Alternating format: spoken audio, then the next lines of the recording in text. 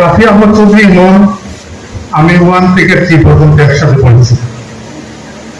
আজকে আমার বাল্যবন্ধু ইমনের পৃষ্ঠপোষকতা আজকের এই অনুষ্ঠান, এই প্রধান অনুষ্ঠান। এখানে ইমনকে আমি আমার পক্ষ থেকে, আমার বাড়ির সরকারের পক্ষ থেকে ধন্যবাদ জানাই। আজকে তোমরা যারা এই রাফি চৌধুরীর বৃত্তি নিতেছ, তোমাদের দুইটা দায়িত্ব অবশ্যই পালন করতে হবে। একটা হলো যে তোমাদের লেখাপড়ার মান উন্নত করতে হবে, তোমরা মানুষের মতো মানুষ হতে হবে, আমাদের মুখ উজ্জ্বল করতে হবে, বাদেশ্বরের মুখ উজ্জ্বল করতে হবে। দ্বিতীয়ত, এই রাফি চৌধুরী সহ অন্যান্যরা যে নিদর্শন রেখে যাচ্ছেন, তাদের স্মরণে তোমরাও যখন অনেক উপরের লেভেলে যাবে, তোমরাও চিন্তা ভাবনা করবে যে এই প্রতিষ্ঠানের বর্তমান প্রজন্ম যারা আছে তাদেরকে কিভাবে তোমরা সহযোগিতা করবে। সুতরাং তোমরা এই দিকে মনোনিবেশ করো।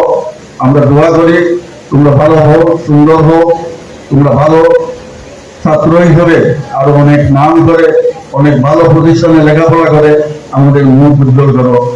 আমার মনে হয় 1 থেকে 2% শিক্ষার্থী যারা আমাদের ভবিষ্যৎ, এরা বর্তমানে শিক্ষার প্রতি, লেখাপড়ার প্রতি মনোযোগী, আর বাকি সবাই অমনোযোগী। একমাত্র কারণ হচ্ছে আমাদের বিভিন্ন সমস্যার কারণে, আমাদের সামাজিক সমস্যার কারণে, আমাদের রাজনৈতিক সমস্যার কারণে, আমাদের অভিভাবকদের কারণে এই সমস্যাগুলো হচ্ছে।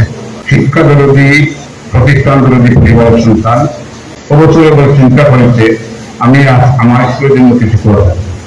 সেই চিন্তা থেকেই তার এই ব্যক্তি দেওয়ার পৌঁছেছে। আমি তাকে ধন্যবাদ জানাই। দান মন থেকে আসে, অন্তরের অন্তঃস্থল থেকেই আসে। তো চিন্তা করেছে আমার স্কুলের জন্য, আমার স্কুলের ছাত্রছাত্রীর জন্য এটা বৃত্তি দিলে কেমন হয়।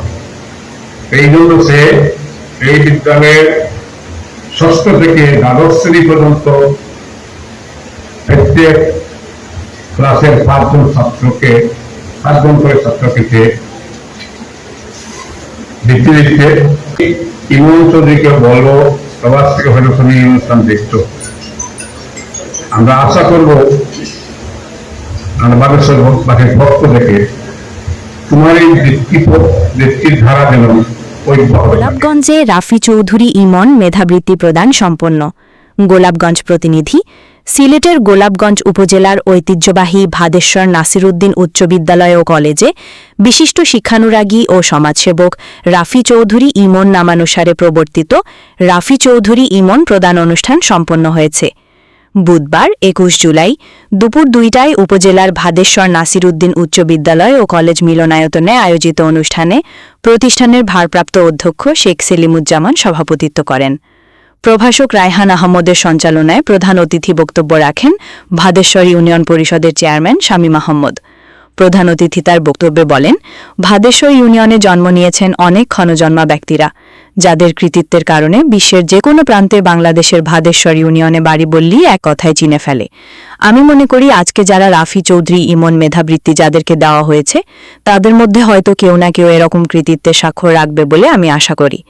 তিনি আরও বলেন, শিক্ষার্থীদের মেধা, সৃজনশীলতা ও শিক্ষার প্রতি আগ্রহ বৃদ্ধিতে এ ধরনের মেধাবৃত্তি গুরুত্বপূর্ণ ভূমিকা পালন করে। ভবিষ্যতেও মেধাবী শিক্ষার্থীদের উৎসাহিত করতে এ ধরনের উদ্যোগ ধারাবাহিকভাবে অব্যাহত রাখার ওপর তারা গুরুত্বারোপ করেন।